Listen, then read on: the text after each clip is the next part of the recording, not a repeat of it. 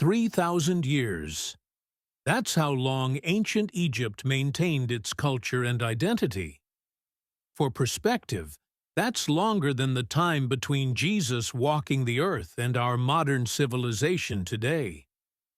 That's such a fascinating way to frame it. And they weren't just existing in isolation during all that time, they were actively trading and engaging with other civilizations while keeping their cultural identity intact. You know what really challenges our understanding of ancient Egypt? The whole pyramid construction story. Archaeological evidence shows these weren't slave-built monuments at all. These were skilled workers who received wages, food rations, and even housing right at the construction sites.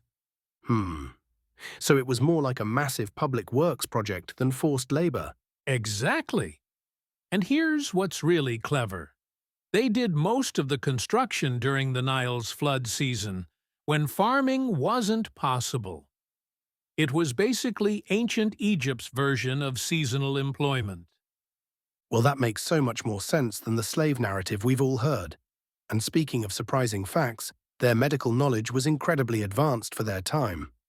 Oh man, you're going to love this. They had actual medical procedures based on observation and experience, not just magic and prayers.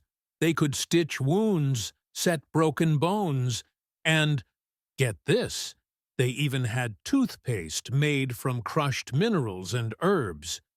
That's wild. So they were thinking about dental hygiene thousands of years before modern toothpaste. Uh-huh. And it wasn't just about looking good either. Like their eye makeup. Both men and women wore it because it contained minerals that helped protect their eyes from infections and the harsh desert sun. You know, that practical approach shows up in their mummification practices too. It wasn't just for pharaohs. It was available to anyone who could afford it. Right. Think of it like modern funeral packages. Different levels of service depending on your budget. And they didn't just mummify humans. They preserved cats, ibises, and crocodiles as offerings to the gods. Well, that explains all those animal mummies in museums. But what really gets me is how they viewed different organs during mummification. Oh yeah, they thought the heart was the center of thought and emotion, so they carefully preserved it. But the brain? They literally threw it away because they thought it was worthless. Like, can you imagine archaeologists 3,000 years from now finding our medical texts and being shocked that we thought the brain was important? Speaking of things that changed over time, those pyramids weren't always the weathered structures we see today. No kidding. They were originally covered in smooth white limestone that made them shine like mirrors in the sunlight. Must have been an absolutely incredible sight. These massive, gleaming monuments visible for miles around. And the engineering precision is still baffling scientists today, especially how they aligned everything so perfectly with the cardinal directions. You know what's even more impressive? Their astronomical knowledge. They created a 365-day calendar based on careful star observations that's basically the foundation for what we use today.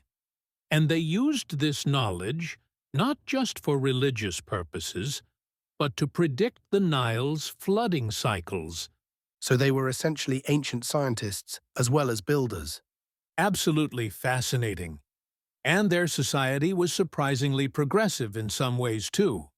Women could own property, enter into legal contracts, and even initiate divorce. Some even became pharaohs themselves. And speaking of daily life, their beer wasn't just for enjoyment.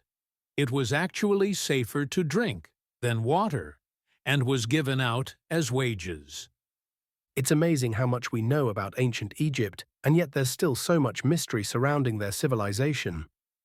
That's what keeps archaeologists and historians so engaged.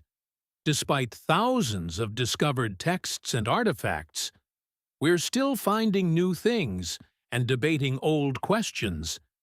It's like this perfect combination of verified achievements and tantalizing mysteries we're still trying to solve.